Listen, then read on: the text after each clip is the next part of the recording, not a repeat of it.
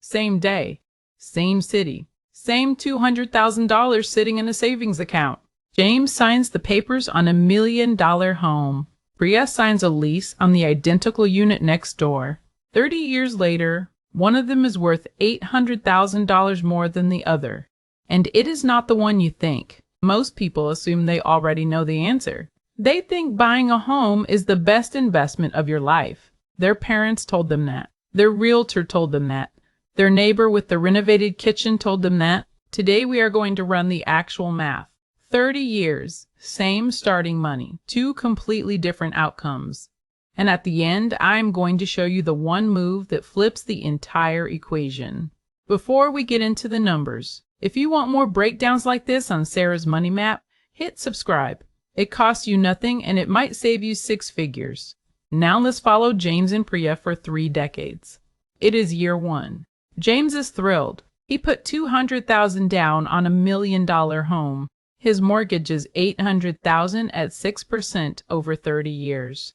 His monthly principal and interest payment comes to $4,796. He writes that check and he feels like a homeowner, which he is. He feels like an investor, which is where the story gets complicated. Priya moves into the unit next door. Same square footage, same zip code, same school district. She is renting for $3,500 a month. She takes her $200,000 and puts it into a broad S&P 500 index fund. Then she does one more thing.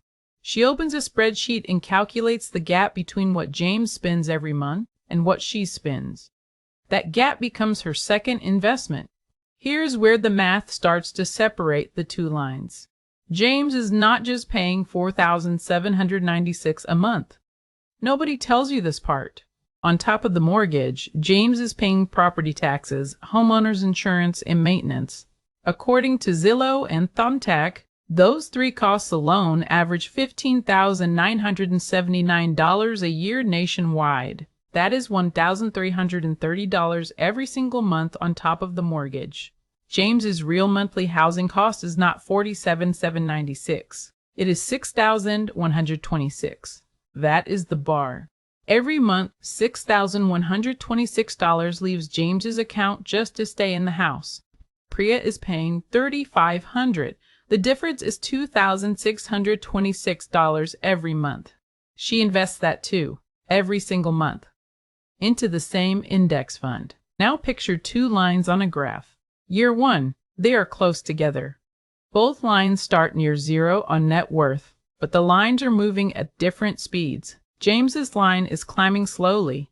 He is building equity as he pays down the mortgage. His home is appreciating. The line goes up, but Priya's line is climbing faster. Her $200,000 is compounding. Her monthly contributions are compounding on top of that. The gap between the 2 lines opens up like a slow motion split. By year 10, it is noticeable. By year 20, it is uncomfortable. By year 30, it is $800,000. Let me show you the exact math. The S&P 500 has returned roughly 10.5% annually since 1957, including dividends reinvested. If we use a conservative 7% real return, adjusted for inflation, Priya's $200,000 grows to roughly $1.5 million over 30 years. Her monthly $2,626 contribution invested at 7% adds another $3.2 million. Priya's total in today's dollars is approximately $4.7 million. James's home appreciates at 3.8% annually, according to the Shiller Home Price Index from 1987 through 2024. His $1 million home becomes roughly $3,060,000. He pays off the mortgage, he owns it free and clear. But over 30 years, he paid $478,000 in hidden costs. The taxes, the insurance, the maintenance. His net equity in today's dollars after adjusting for inflation is roughly $1.3 million. Add back the 30-year mortgage interest he paid on $800,000 at 6%. That number is another $931,000 out of pocket over the life of the loan. The bar for James kept growing taller every year. The maintenance bill, the insurance renewal, the roof in year 14, the HVAC in year 22. The bar never stopped growing. Priya's bar grew in a different direction, upward. Each month, her portfolio added a layer. Each year, compound interest added another layer on top of that. By year 30, the two bars are not comparable. Gap between Priya and James in real terms, roughly $800,000. That is not a rounding error. That is a retirement. That is a decade of freedom. That is a number that most homeowners never calculate because they are focused on the mortgage payment, not the full cost of ownership. Now here is the objection I hear every single time I show someone this math. You might be thinking, that is not fair. James owns an asset. Priya owns nothing. She is throwing money away on rent. I want to address that directly. Priya does not own a house. She owns $4.7 million of the U.S. economy in the form of index funds. That is liquid. She can sell it in 2 days if she needs to. She does not need to hire a realtor. She does not pay 6% in transaction fees. She does not need to wait 90 days for escrow to close. James's asset is real, but it is illiquid, expensive to maintain, and expensive to exit. The second objection is the leverage argument, and this one is worth taking seriously. When James put $200,000 down on $1 million home, he controlled $1 million asset with $200,000. That is 5-to-1 leverage. In year 1, if the home went up 4%, James gained $40,000 on a $200,000 investment. That is a 20% return on his equity. No stock account gives you that kind of leverage at a fixed 6% borrowing rate. Here's where the story gets more interesting. That leverage argument is exactly right. And this is also the reason the math can flip completely.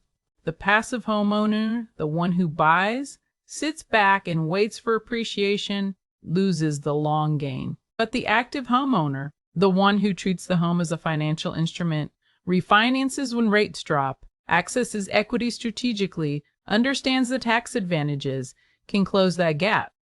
The home becomes a vehicle, not just a shelter. The tragedy is that most buyers are passive. They buy the home, they pay the mortgage, and they hope. They never run the numbers. They never calculate their true monthly cost. They never measure what that $200,000 could have done somewhere else. They just point to the home value and feel wealthy without calculating what it cost them to get there. This is what I call the passive ownership trap. You are holding a real estate asset, but you are only capturing half of what real estate actually returns. A 145-year study published by the Federal Reserve Bank of San Francisco found that residential real estate, including rental income, has averaged over 7% real annual return. But a primary homeowner captures only the appreciation half. The rental income half is zero. You are holding the asset and leaving half the return on the table. Meanwhile, the index fund investor captures the full return of the market, all of it every year automatically. So what is the protocol? 3 steps. Step 1, run your true number. Add up your mortgage payment, your property taxes, your insurance, and your maintenance budget. That is your real monthly housing cost. Compare it to what rent would cost for an identical home in your market. The gap is your opportunity cost. If it is $1,000 a month or more, you are paying a significant premium to own. Step 2, if you're going to buy, be an active owner. Refinance when rates drop meaningfully. Understand the depreciation rules if you ever convert part of the property to income. Think about your equity as capital to be deployed, not just a number to feel good about. The passive homeowner loses to the market. The active homeowner can compete with it. Step 3, if you are renting, invest the gap. This is the step most renters skip. They save on monthly housing costs and spend the difference. Priya wins because she invested every single dollar of the gap. If you are renting in a market where owning costs significantly more, your rent check is not wasted. It is buying you time and flexibility, but only if you put the difference to work. Here is the final reframe. A home is not a bad asset. It is a shelter that can build wealth over time. But the belief that buying a home is automatically the best investment of your life is a passive assumption, and passive assumptions have passive returns. Priya does not own a house. She owns 30 years of compounding. She owns the right to wake up next Tuesday and change her mind. She owns the ability to move for a better job without losing 6% on a transaction. That $800,000 gap is not just money. It is optionality. It is 3 decades of freedom that James traded for a fixed address and a very nice kitchen. The numbers do not tell you whether to rent or buy. They tell you the real cost of each choice. Run them honestly and then decide. Drop a comment below. Are you Team James or Team Priya? And if you have already done the math on your own housing decision, tell me what you found. I read every single one. I will see you in the next one.